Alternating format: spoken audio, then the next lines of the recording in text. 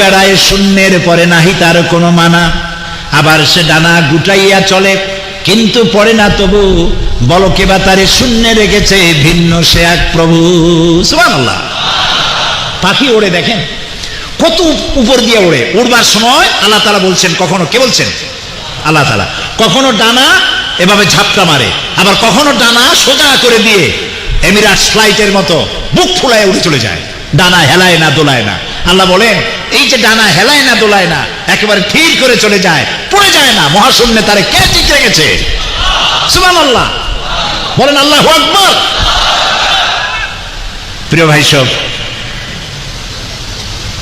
আল্লাহ রাব্বুল আলামিন বলছেন দেখো এই সব কিছুই আমার সৃষ্টি।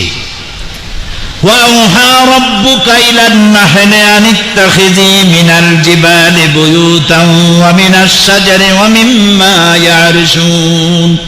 সূরা নাহলের 68 থেকে 69 নম্বর আয়াতে আল্লাহ তাআলা বলছেন, তোমার রব মৌমাছিকে প্রত্যাদেশ করেছেন কি তারা যেন পাহাড় পর্বত গাছপালায় এবং মানব গৃহে বাসা বানায়।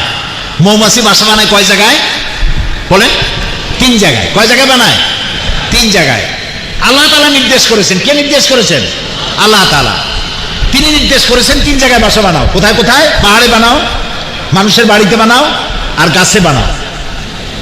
এই মৌমাছিরা মৌ তৈরি করে, মধু তৈরি করে। মধু কি করে তৈরি করবে? আল্লাহ তাআলা বলছেন, সুম্মা কুলি মিন কুল্লিস সামারাতি ফাসলুকি সুবুলা রাব্বিকা যুনুলা।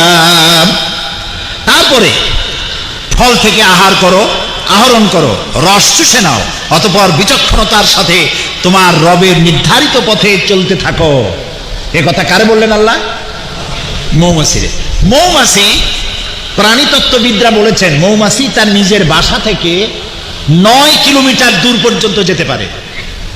সেখানে ফুল থেকে মধু আহরণ করে আল্লাহ তাআলা বলছেন, ফাসলুকি সুবুলা রাব্বিকা যুনুলা, তোমার রবের নির্ধারিত পথে চলতে থাকো বিচক্ষণতার সাথে।